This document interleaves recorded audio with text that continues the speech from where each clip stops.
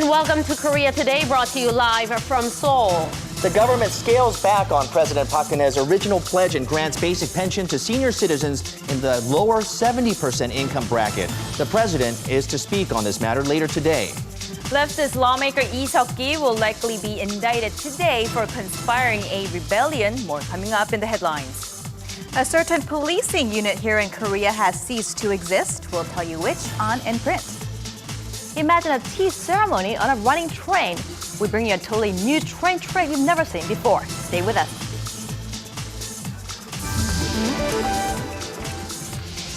Scandinavian designs are catching the eyes of Koreans for their simplicity and practicality. From rugs to furniture, we'll show you what's trending in the world of design. Then we'll take you to Gwangju in the heart of South Jeolla province, known as the City of Light, but loved for its tantalizing and biting cuisine. Live on this Thursday, September 26, 2013. From Arirang News, this is Korea Today. And a good Thursday morning. Thank you for joining us on Korea Today. Good morning, everyone. It's probably not the best time of day to be talking about deaths or much less suicides, but Statistics Korea released figures just yesterday that showed the number of suicides last year dropped for the first time in 6 years. Now, it is regrettable, and Korea has been plagued with the #1 spot in the suicide ratings out of OECD nations. And in 2011, the government appropriately enacted several laws to curb the suicide rate, suicide prevention, as well as social services that highlighted the importance of life. And some of the other measures that the government has taken was a ban on certain pesticides that were used commonly as suicide methods, and this actually helped curb suicide by at least or almost nearly 500. So the numbers were actually lower because of this. And experts say that it also helped that there was no copycat suicides last year, and also the nationwide focus on happiness and well-being also contributed to the drop in the number of suicides. Okay, there is still much to be done, but it is helpful to learn that the government is acting and these social services are helping. That's right. We'll begin Korea Today with a look at the day's headlines with Na Hyun-kyung.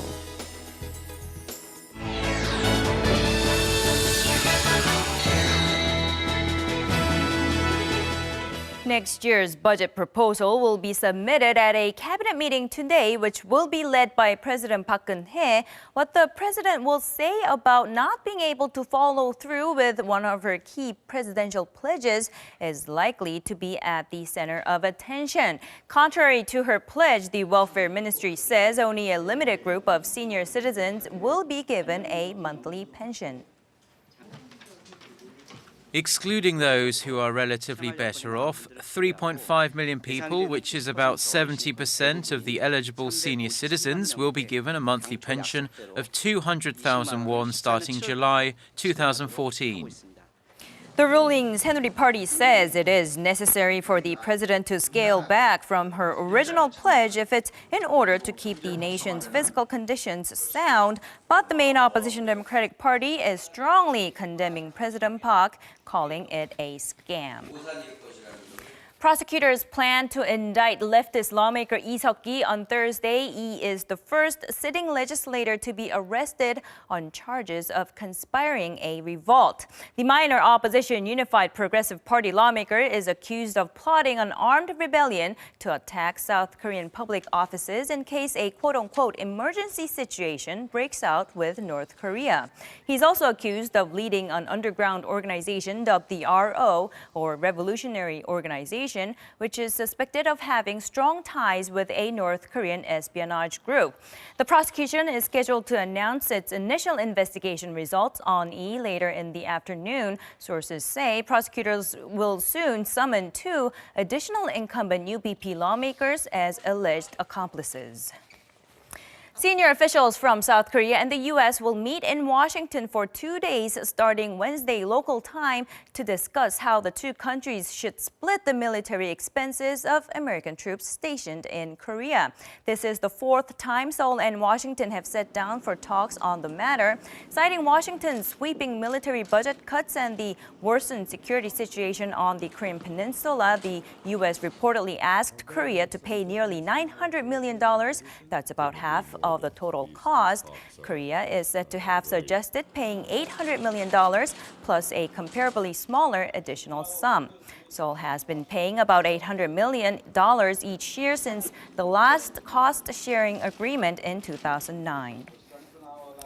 Korea held on to its place as the world's 15th largest economy by GDP in 2012, a ranking it has maintained for 5 consecutive years. The World Bank says Korea's nominal GDP came to nearly $1.1 trillion last year. In 2004, it ranked 11th and had been on a steady downward trend until 2008 when it settled at 15th.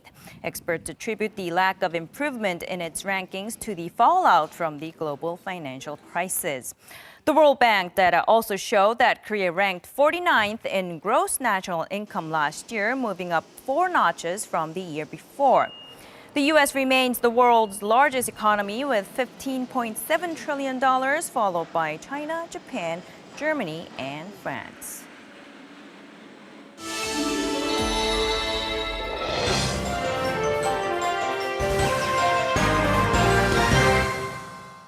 Good morning, everyone. The revised basic pension plan for the elderly is by and large the main story on the front pages this morning. We'll take a look at a couple of those stories and we'll go ahead and launch in print with a look at 조선일보's main headline, which reads 70% basic pension now to battle at the National Assembly. You just heard in Hyungyang's headlines that the Welfare Ministry will submit its proposal during today's cabinet meeting headed by President Park Geun-hye. The details go like this. The proposal will guarantee a 100,000 won, roughly $100 basic pension to those in the lower 70% income bracket. And depending on how much and for how long they've paid into the wage-based national pension system, the amount additionally received could reach a maximum of 100,000 won.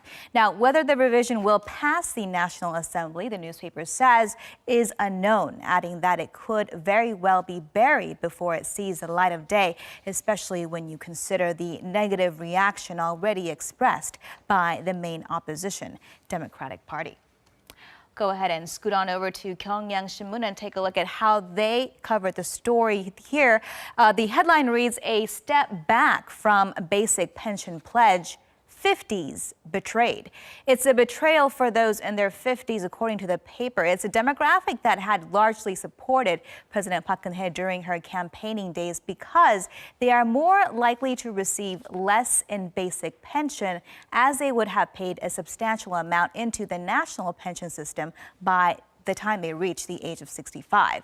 The article found that on average, those who are 55 years old today will receive some 170,000 won in monthly basic pension under the new scheme, less than the promised 200,000 initially, even if they fall in that bottom 70%, solely because they would have paid into the national pension system for a long time. The paper also adds that 89.9% of those in their 50s supported then candidate Park Geun-hye as she was running for presidency, the largest demographic by age demographic to do so, and yet they will be one of the first to lose under this new scheme. And in our next paper, we'll take a look at the front page image. 동아일보 has a front page image of young people being very happy. Its title reads, with final discharge ceremony, 42 years of riot police disappears into history. Now, the picture shows a group of young riot police officers celebrating their release into civilian life. What makes the image noteworthy, though, is that they symbolize the last of such police officers. The riot police were first formed back in the 1970s to counter North Korean threats, but became infamous when they were used to physically break up demonstrations, most notably the 1980 Gwangju democratization movement. And scooting right over to 한국경제 or Korea Economic Daily now. It has the basic pension story as its top, as you can see there. Let's go ahead and look at the article underneath it. The title reads, High-Tech Industrial Complex to be created in 9 places near major cities. And this was a plan proposed during a trade and promotion meeting with the president yesterday. Candidate areas will offer increased floor area ratio as well as relaxed regulations on green area ratio to relax the financial burden on companies. The plan, paper says, would bring down the initial buyer's price by as much as 60%. And through this, the government hopes they will see a 10.5 trillion won investment effect and also the creation of some 36,000 new jobs.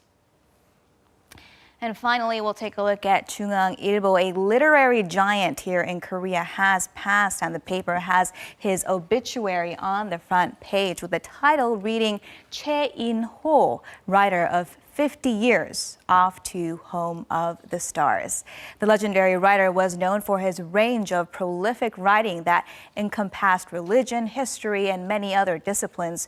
He started his career by winning a competition sponsored by the local newspaper 한국일보 back in 1963 with his short novel Through a Wall Hole, going on to write a string of bestsellers including Whale Hunting, Winter Wanderer, and Deep Blue Night, many of which were made into movies and TV dramas also included in textbooks here in Korea. Che wrote even as he was undergoing his chemotherapy sessions for a cancer in his salivary gland. He was 68 when he passed at 7:02 p.m. yesterday in Seoul, and certainly we send our condolences to his family. With that, we'll wrap your look at what's in print on this Thursday. Next up are your closing numbers from Wednesday's market action.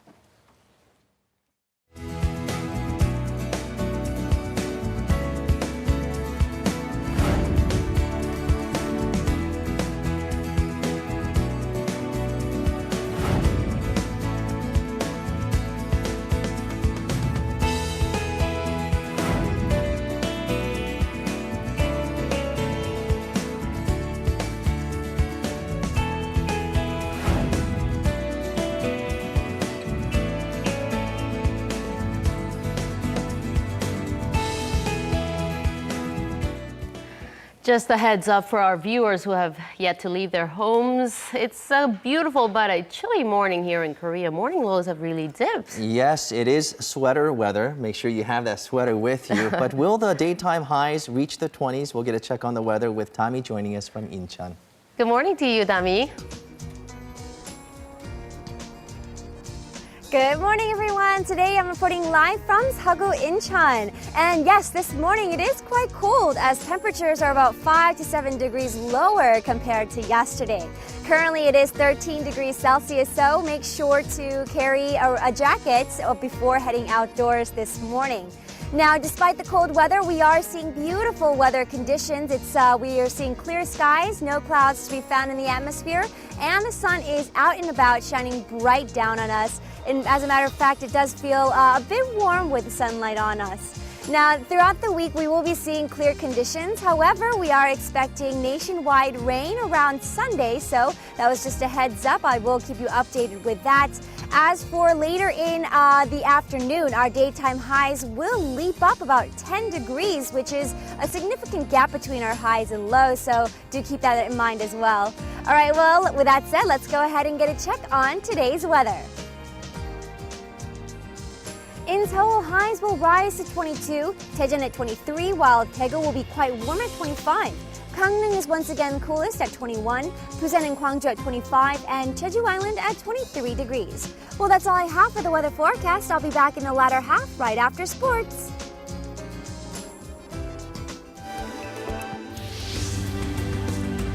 Just 1 week ago, the U.S. Federal Reserve announced in its policy-setting Federal Open Market Committee that it would hold its current quantitative easing policy, contrary to market expectations.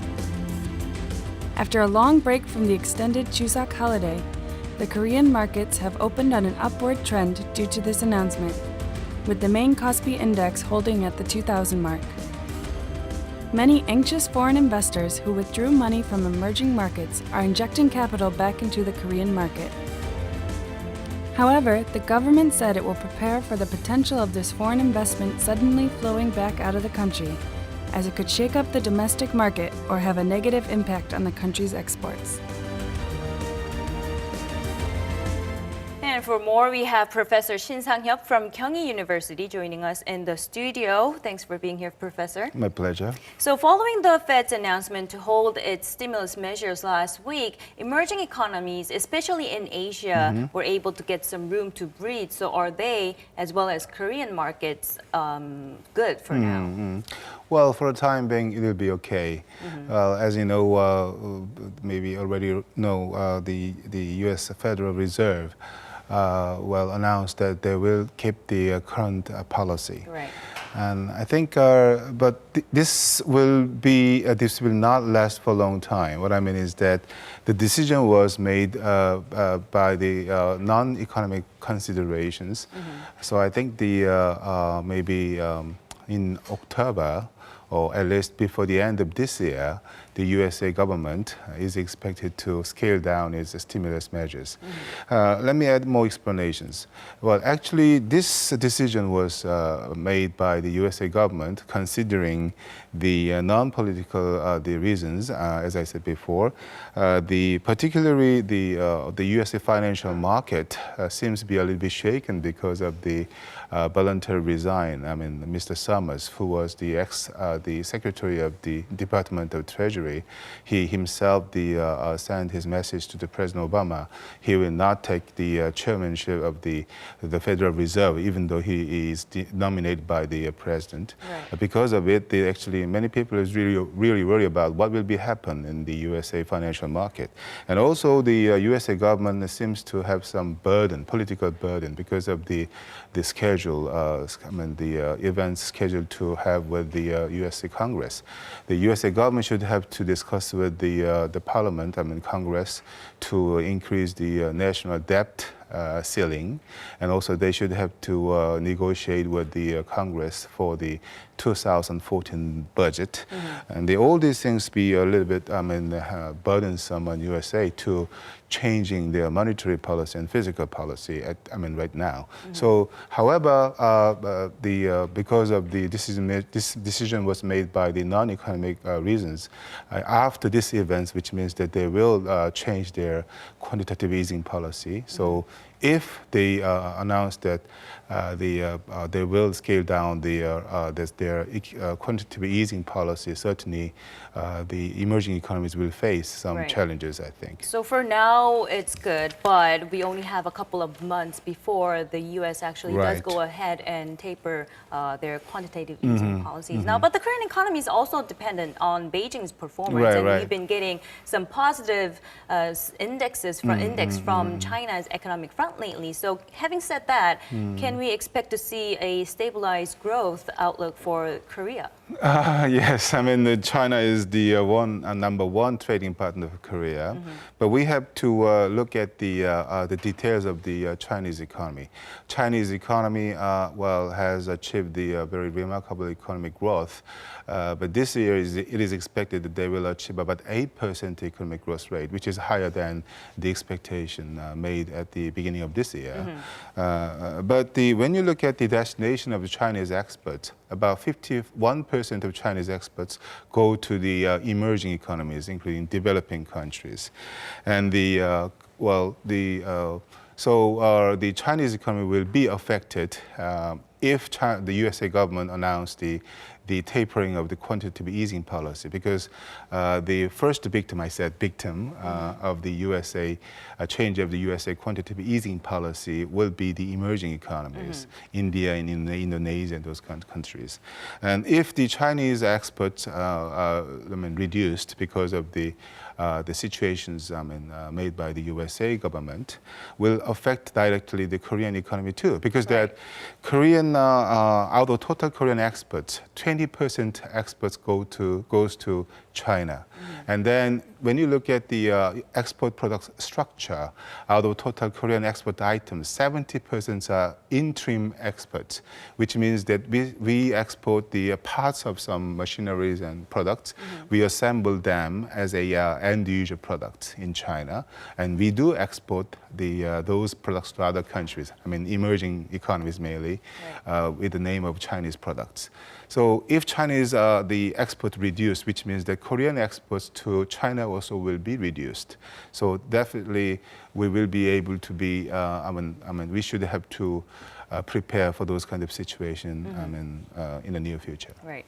And since the U.S. Fed's announcement, Korea has been seeing some influx of foreign capital, but the government has issued a warning to the local boards on the influx of the capital. So why is the government worried? What is the government worried about? Well, we have to think about two things. The first one is, as I just explained before, the Korean exports will be directly affected by the USA government, the new policy, the quantitative easing policy. Second one is the devaluation of the Korean currency may be made because of the USA government, the new quantitative easing policy, which means that if more dollar come to Korean market, there's a principle of demand supply, the value of Korean currency against the USA dollar will be devalued. If the Korean currency is devalued, that means that Korean exports, exporting items competitiveness, price competitiveness in the world market will be weakened. So when you think about the Korean export, Korean economic structure, which is heavily rely on the external trade, actually out of total GDP, more than 50%. Exactly as of the end of 2012, it was 57%. So if our export is facing some challenges, because of the erosion of the price competitiveness in the global market, definitely it will be one of the serious challenges to the Korean economy. All right, so what I'm wondering is that the won, yes, has been strengthening for the past 3 months, but compared to maybe in 2008 or even go back to 1998 and at the height of the global Asian financial crisis, it's not too high, I would say. So why would the government still be worried about this phenomenon right now? Yes, I think we have to discuss about the lessons we got from our experiences in 1997. At a time, because of the debt crisis, the Korean economy was shaken. The bottoms of the fundamentals of the Korean economy was shaken seriously. So since that time on, actually the Korean government prepare, to meet with the challenges, such challenges, on the short-term basis as well as a mid or long-term basis. Let me tell you how the Korean government has prepared for such a kind of the crisis. On the short-term basis, Korean government, first of all, strengthening the monitorings on the domestic financial market as well as the foreign the country's financial market, which means that in 1997, we did not know, the government did not know exactly what was happening in the financial market, the foreign financial market, mainly our main trading partners. So we were not, efficient to prepare for the situations. But right now, the Korean government has, I think, a quite efficient and strong monitoring system, exactly knowing what's going on in the major financial markets, including some major emerging economies. So in response to that, on the short-term basis, we have developed some systems. Let me tell you one example. That is that, we have provided some special tax waiving incentives to foreign investors when they purchase the government bonds. But right now, if situations happen, the government will stop providing such a kind of benefits to the foreign investors. And of course, on the mid or long-term basis, the Korean government should have to, do something. The Korean government has made every effort to maintain or maximize the current capital surplus, and also the government has also make a huge efforts to increase the foreign reserves. Actually, at the moment, we have 7th largest the world, the foreign reserves, which is about the 330 billion US dollars. Right. So by having this kind of by taking this kind of preparation, we can strengthen the fundamentals of Korean economy. I think these are the things we have to do, and these are the efforts we have made, and we will make further. By doing so, we can minimize the impact from those kind of external financial crisis. Right. So those will be some of the precautionary measures that the Korean government can take, but still we will have to wait until the U.S. gives some clear signs on their monetary policy. All right. Thank you very much, Professor Shin, for sharing your thoughts today. Thanks for having me today.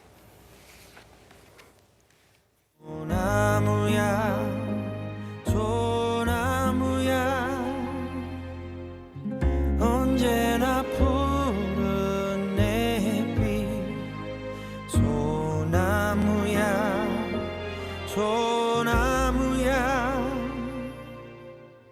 변하지 않는 너 바람이 얘기해줬죠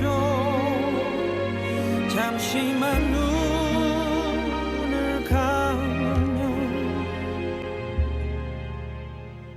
잊고 있던 푸른 빛을 언제나 볼 수 있다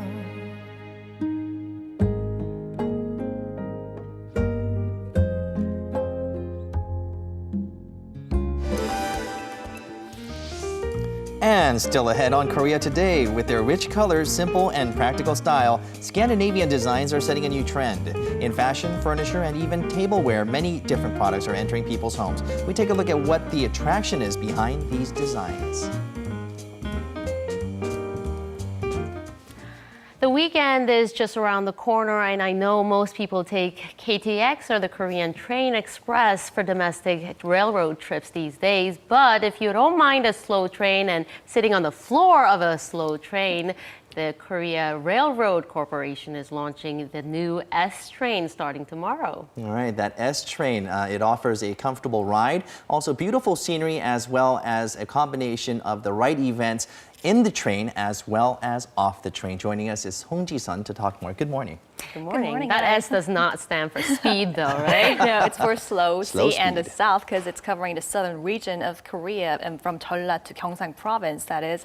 And have you guys visited the Suncheon Bay Garden Expo this year? Oh, no, I missed it. Because you still get a chance to go there during one-day trip if you use the S-train. And of course, with that said, the S-train is a very slow train compared to KTX, but it's revamping the local economy because the KTX trains only stop at large stations like Busan or Daejeon. This S-train stops at local way stations, and you can look at the various exhibitions and attraction of the region when you do take it. So let's hop on the train right now.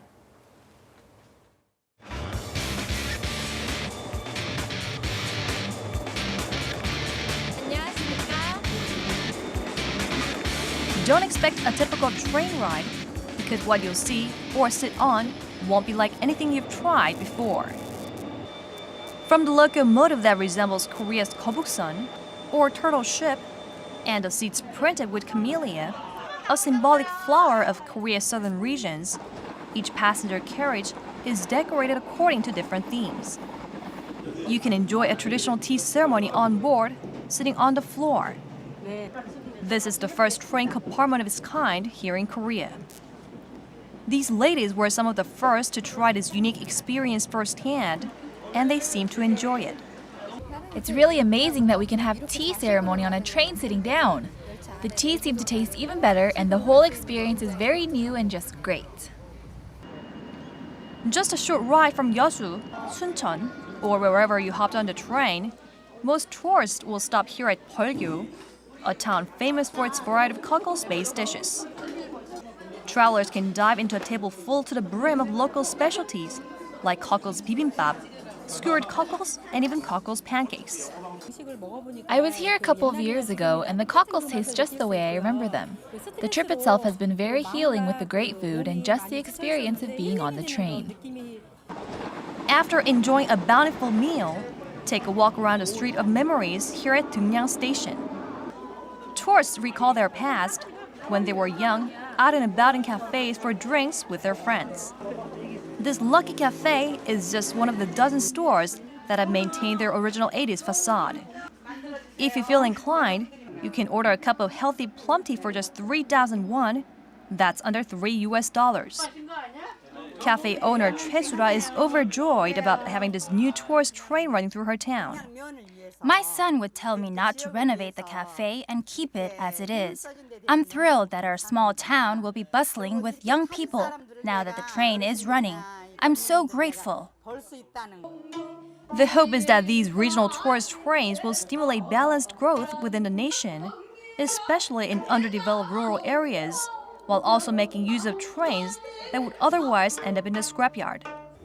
We are anticipating 500,000 passengers over the next 5 years on this route, and we expect to generate tourist spending of several $1 million. As our train passes through small-sized way stations in mostly agricultural towns, we expect this S-train to boost the local economy and help local farmers boost their incomes. Plan a slow yet healing trip on the S-train, running at an average speed of 40 kilometers per hour for just $20 for a one-way trip from Busan to Yeosu or from Masan to Gwangju from this Friday. I would say the S stands for sitting on the floor. Yeah, right. Sitting, slow, and scenery. Yeah, and of course, if you want to spend more than a day, you could have up to a week because they have a pass from 1 to 5 or 7 days, starting from $40 to $120. Quite affordable. Now, this is just part of Korail's tourism, like a tour belt, right? Yeah, and a total of 5 that is. And actually, this is the second of the 5 regional train trips, and each route accentuates the characteristics of each region. Now let's take a look at the national map for the details. The first to operate was the O train, or the Central Inland Train, that runs to the close mine towns in Gangwon Province. And of course, the next coming up is the second of S-train, the Southern Coast, which is opening next tomorrow, that is, and that covers the southern coast and major cities in Gyeongsang and South Jeolla Province. And next in the lineup is DMZ train for the demilitarized zone north of the capital, and you can get a glimpse of the ecosystem there. And next in the lineup is Western Coast, which will be highlighting various events and activities by the sea. And finally, the Southeast Coastal Line, which will connect Korea's antique city of Gyeongju and its industrial hub of Pohang. It looks like someone doodled all over the Korean map. But I'm curious to know how the first, so this is the second, and this will be the second in series, but the first one, the O train, and it's already operating, so how well is it being received? Well, actually, I tried booking a ticket myself, and it was really hard because all the weekend tickets were booked out. And of course, the reservation rate stands at 80% in weekdays and weekends, meaning that a lot of people are actually going to the trains because you can complete a trip of Gangwon Province in a day. And of course, this is to actually boost the local economies.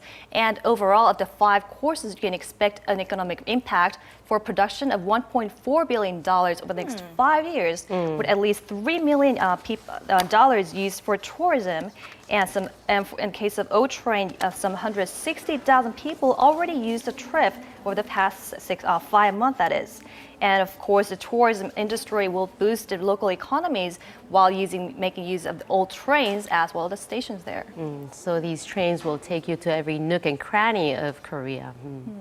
Really bringing like the foot traffic or the train traffic into these remote areas. That's right. So, yeah. Thank you for this story. You're welcome. Thank you. All right, from newly designed train trips, we're going to be taking a look at interior designs. Now, I hear that the theme is naturalism combined with practicality. Today, we're going to talk about designs that have traveled halfway across the world. Today, we're going to talk about Scandinavian designs that are known to be simple but have classical and just timeless styles. And it's especially popular among the newlyweds. And so let's go ahead and take a look at some of those designs and see how that has become the it style in Korea, yes? I've been looking for a new couch, so I'll be Check it looking out. very carefully. Scandinavian designs have become popular with many people across the world in their overall lifestyle. The trend started back in the 1950s with the Scandinavian countries of Denmark, Norway, Sweden, and Finland. Because Northern European countries have shorter daytime hours and residents spend most of their time indoors, the furniture and architecture industries are advanced and they offer colorful but yet simple designs. The classic and sophisticated Scandinavian designs officially entered the Korean market in the early and mid-2000s. With the introduction of new designs, Koreans who generally preferred achromatic colors came to appreciate these unique and colorful designs. Last year was an opportunity to see just how popular the designs are becoming, with many people attending a Scandinavian furniture exhibition. When modernism took most of Europe by storm, the Scandinavian design took a different route. Opposite from the cold, modern, and mass-produced designs, Northern European designs offered more hospitable and intimate styles. And since the designs are more comfortable and accessible no matter where they are featured, many people have shown much interest in this particular design. In Korea, the Nonhyundong Furniture Street is where many notable furniture stores are located. Out of these numerous shops, Designer's Lab is known to make and sell their own Scandinavian design products.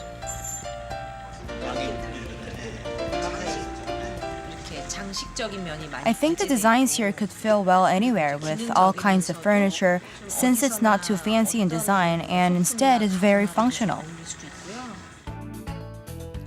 Scandinavian-style furniture is quite simple with moderate beauty, and such classic designs make these pieces more accessible and practical to the public. The major notable characteristic of Scandinavian-designed furniture is that it seeks comfort and the beauty of space.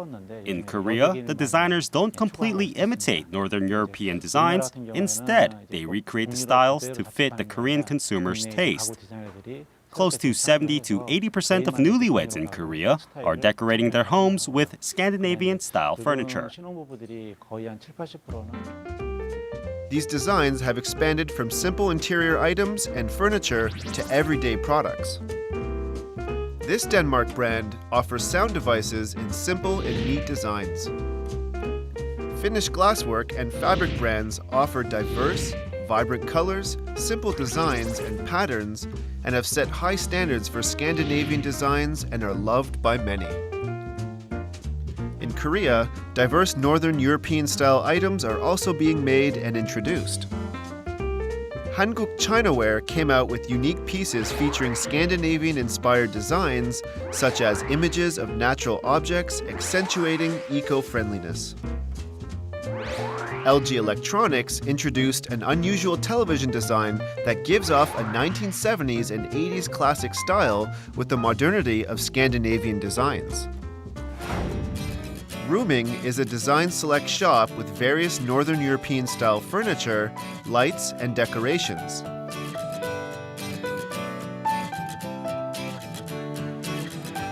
Here, most of the items are very compact and practical. This is our store's bestseller. It's a rug from Sweden, and since it's made from plastic, house ticks can't live in them, so it has quickly become a hot item in Northern Europe. Also, with diverse color choices, it's great for interior decoration.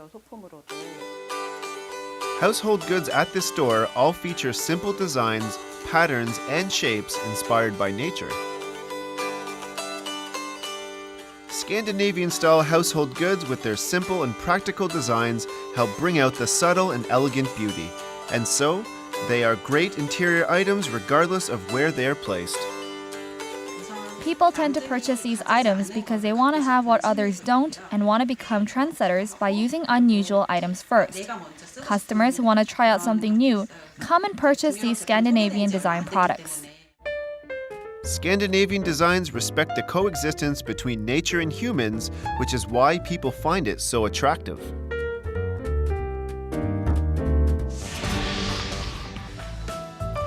Still ahead, we head to the southern city of Gwangju, known as the heart of South Jeolla Province. Take a tour around the Gwangju Design Biennale, check out some of the local specialties, and climb the scenic Mudung Mountain. That's later on Korea Today.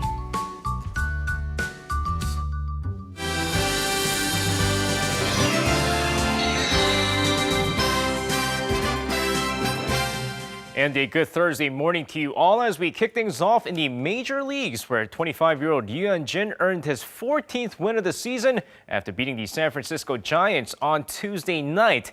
Now, another quality start for the hefty lefty, who pitches 7 innings, giving up just 4 hits on 1 run while striking out 6 Giants batters. Now, not a lot of run support from the Dodgers once again, but solo shots from Yeso Puig and Matt Kemp, just enough for the lefty to win his 14th game of the season as the Dodgers beat the Giants 2-1. Now, with the win, Hyun-jin's record stands at 14-7 with an ERA of 2.97. And staying in baseball, but back here in the nation as we have about a week left in the regular season in the KBO. Now, 4 games did take place last night as the Kia Tigers beat the Lotte Giants 7-1, with the NC Dinos pulling off an upset against the Nexen Heroes 1-0. So with that said, let's take a look at the other 2 games that took place last night, starting off with the LG Twins taking on the Hanwha Eagles. Of course, shifting into the game, here we go over to the second inning of the game. Lee Dae-soo to start things off, an RBI double to right as the Hanwha Eagles take an early 1-0 lead. Next play, Chung Bum-mo here grounds out to second base, and in comes Kim Tae-gyun to score, and it's 2-0. But we're not done yet. Same inning, Ko Dong-jin this time. This one is going to be an RBI single to left, and already the Hanwha Eagles up 3-0. Now we're going to shift over to the 6th inning of the game here. Chung Bum-mo once again an RBI single to center field, and the Eagles continue to soar 4-0. Now we're going to shift over to the 7th inning of the game. More Hanwha Eagles this time. The $1 million man, Kim Tae-gyun, drills this one to deep left field, and there it goes, a 3-run shot as the Hanwha Eagles now take a 7-0 lead. Now the LG Twins do get on the scoreboard late in the game, 8th inning, thanks to Chung Ju-hyun's RBI double to left field, but the Hanwha Eagles cruise through in this game 8-1, your final score. And next up, the Samsung Lions taking on the SK Wyverns. First inning of the game, Han Dong-min at bat, and there it goes, deep to center field. Got a 3-run shot to start things off as the SK Wyverns take an early 3-0 lead. Now it stays that way for most of the game until the 8th inning of the game. Bases loaded for Park Han-hee. He singles to right, scoring 2 runners, and the score is now 3-2. Gonna go over to the next batter here, Park Sung-min at bat, and he drills this one to deep left field and back. Gone a 3-run shot, and the Samsung Lions come back to take the lead 6-3. Meanwhile, Woo Dong-gyun completes the 7-run 8th inning here with an RBI double to right as Samsung rallies to win this game at 7-3. And with that said, shifting over to the AFC Champions League, where FC Seoul took on Istiklal FC of Iran last night at the Seoul World Cup Stadium. With the home crowd behind them, FC Seoul looked great on the pitch as Dejan Damjanovic sends one past the goalkeeper in the 39th minute of the match as FC Seoul took a 1-0 lead going into halftime. Now, 2 minutes after the start of the second half, Ko Yo-han finds the back of the net as the Korean side take the first leg 2-0. Now, the second leg will take place in Tehran with the winner advancing to the finals. And now finishing things off in Germany, where Son Heung-min continues to shine with Bayer Leverkusen in the Bundesliga as the South Korean scored during the DFB Pokal round of 32 match, his 3rd goal of the season. His team would win 2-0 against Arminia Bielefeld as he looks forward to continuing his goal-scoring success. So with that said, that's going to wrap it up for me. This has been SJ. Have a great rest of the day, and see you guys again for your sports needs.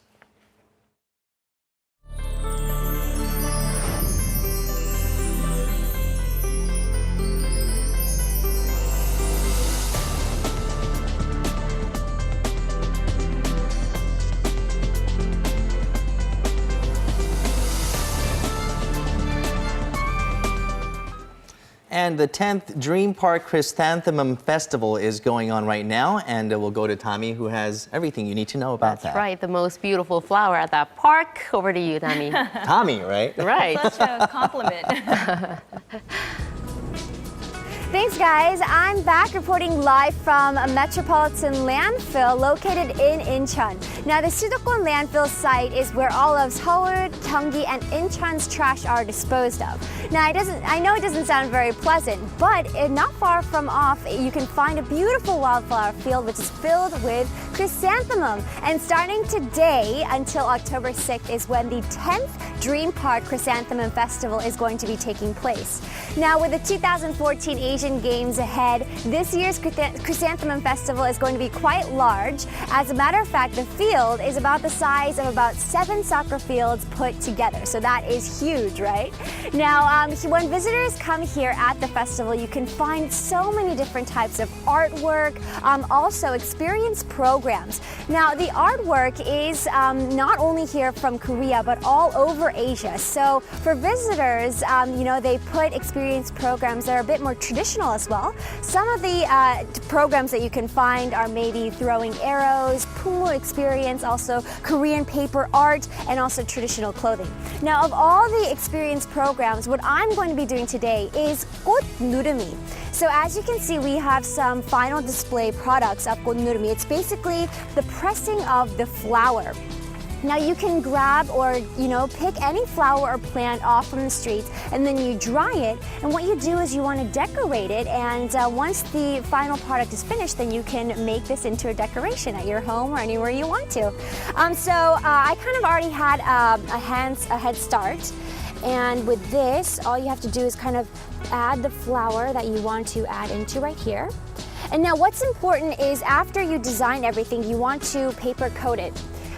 Because you want to make sure there's no oxygen or else the color is actually going to fade out. All right, so this is your look at the Dream Park Chrysanthemum Festival. If you have the time and you want to get a glimpse of some fresh air and some beautiful flowers, then you should definitely come on by. I'm Idami, Korea Today. 네, 이렇게 조금 더 하면 되는 건가요?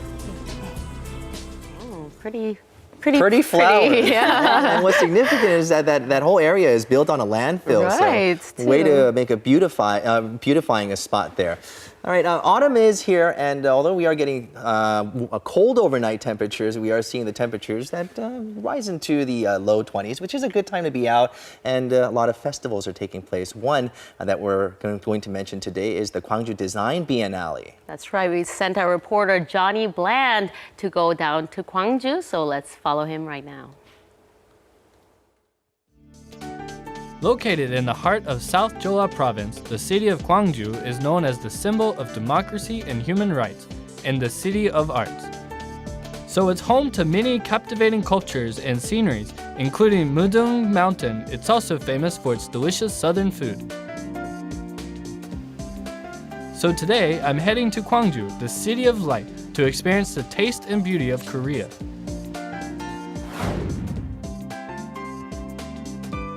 Gwangju has very many famous things that I've heard lots about, and so we came here to check out what is famous, the food and whatnot.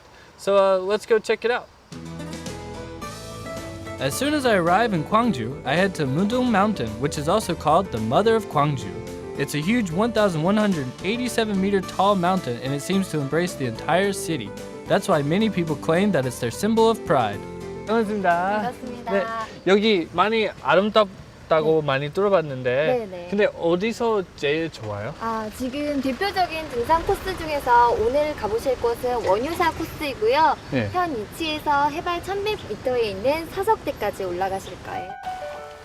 While on this old traditional course, hikers can find bits and pieces of the city's old historical remains and beauty on the long trail. 겨울에 이거 다 얼음돼요? 네, 봄에도 얼어 있어요. 봄도요? 네, 5월까지. The two best main trails begin at Wonhyo Temple until you can get a view of Sosokdae. They are known for their pristine environment and scenery. At the end of the strenuous hike, Sosokdae, dubbed as the mountain's treasure, awaits the visitors. This gigantic stone pillar looks like a mysterious quartz along the mountain. So it's pretty amazing to be this high and to be able to see all the mountains back there and then to look up and to see the stones stacked up. I kind of feel like I'm in a Lord of the Rings movie. After enjoying Gwangju's spectacular nature, I head over to Gwangju Design Biennale, an internationally acclaimed event featuring well-known artists from 24 countries around the world. This year's Biennale, with its theme, Koshigi Moshigi, offers many fun and interesting pieces highlighting beauty and practicality. The actual phrase Koshigi Moshigi is a Jeollado saying. It's when you can't think of the name of something and you're kind of like, what do you call that? What's that name? And here it's applied to the art of, not kind of labeling it. On the first floor of the exhibition, designs range from work displaying the aesthetics of the Korean way of life to pieces by internationally recognized Japanese and European designers, and special projects depicting the thoughts of Gwangju citizens. With such diverse interactive layout, the Biennale has become an accessible, comfortable space for all visitors. It was really cool to see the different designers' take on art. You should definitely check this place out. It's definitely something you don't want to miss. The big garden located in the outdoor plaza also catches my eye. This plot is now the center of a new garden design made with recycled boxes and banners. And that's not all. Children can enjoy fresh, natural food and a salad made with vegetables straight from the garden. Hand-baked bread also helps them realize the importance of food. It's really good. The bread's really fresh, and as well as all the vegetables and everything else. So it's all a really good taste. After having some fun at the festival, I visit the Kimchi Museum. Kimchi has been acknowledged for its qualities worldwide, and the city of Gwangju is famous for its delicious kimchi. So of course, this place is a must-visit spot. So I've heard that Gwangju kimchi is really tasty. I've heard a lot about it. However, I don't know much about it myself, so I'm really interested to check it out. From its history to scientific facts, visitors can learn a lot about Korean kimchi at the museum through fun games. Since I learned about kimchi, now it's time to make some Gwangju kimchi. I took on the challenge in order to find out the secret recipe behind Gwangju's mouth-watering kimchi. 광주 그 김치 제일 맛있다라고 많이 들어봤어요. 바다가 근접해 있기 때문에 그래서 해산물이 또 풍부하게 들어가거든요. 그래서 맛있죠. I wonder how my first kimchi tastes.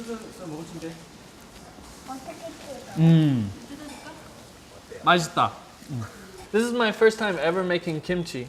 It was a lot of fun, and it was cool to learn different ingredients that go into making the sauce and how making the sauce is different all around Korea.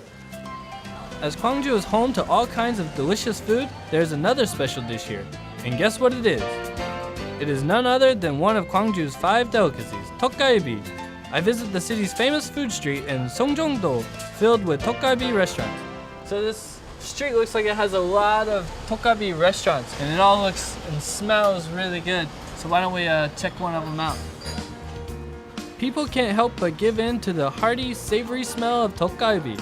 This is why it is one of Gwangju's representative dishes, and it has definitely captured the hearts, minds, and taste buds of not only Gwangju natives, but also tourists. This all looks really tasty, and after walking on the mountain all day, I think I'm ready to dig in. So let's try it. Tteokgalbi is made from minced meat covered with a special sauce. It's cooked over hardwood charcoal, and the soft texture and impeccable taste will leave you speechless. Really good. While I was enjoying the city, time quickly brought me to the last leg of my Gwangju journey.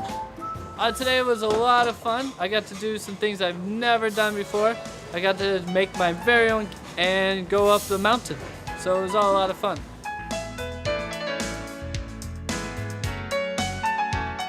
The Gwangju Design Biennale looks interesting, and so if you are interested, it'll be open to the public until November 3rd, so make sure to check it out. They have all kinds of museums now, apparently. I mean, we talked about Ramyeon Museum yesterday, and they have Kimchi Museum That's now. right. And if you want to experience that kimchi making activity, though, you do have to book in advance, I believe. That's right. The beautiful, beautiful scenery at Mudung Mountain you can also enjoy as well. And if you do register online beforehand, then you can have a cultural tour guide follow you along and explain the history as well as the cultural aspects of the area. We're all ready for the weekend. There you go. There's your weekend trip right there. That's right.